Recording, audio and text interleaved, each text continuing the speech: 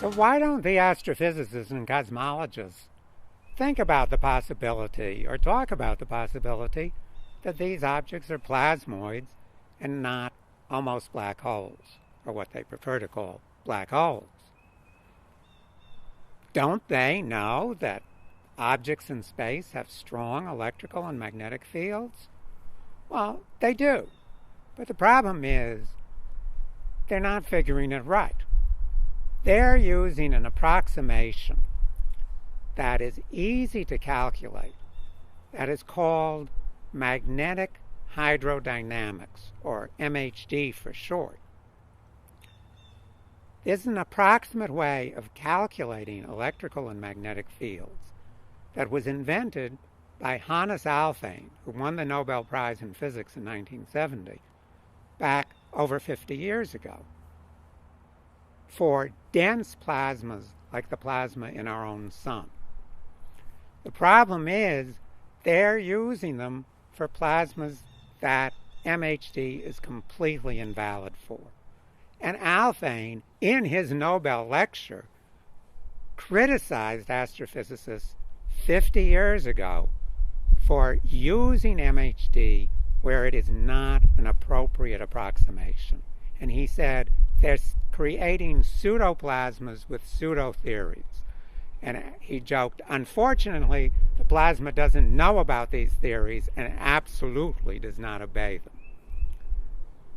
The reason MHD doesn't apply is because in a plasma that isn't very dense, and this object like M87 is not very dense, it's less dense than the air I'm breathing right now, powerful magnetic fields force charged particles like electrons or protons to move around magnetic field lines.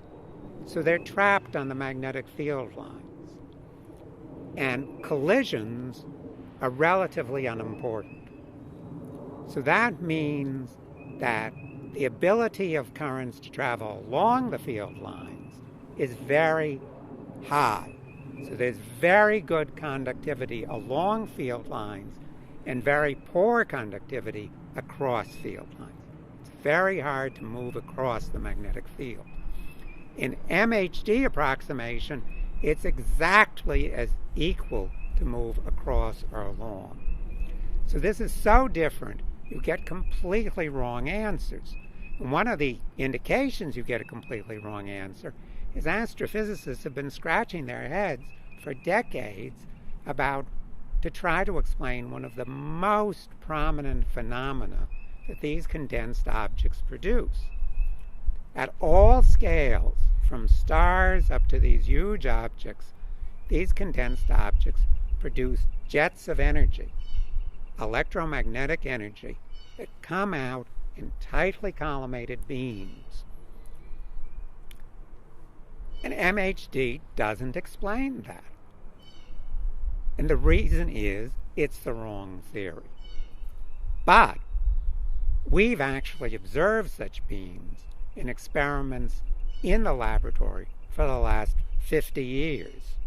The cosmologists have ignored these experiments because they feel their theories that are developed for the great cosmos don't have anything to do with experimental results.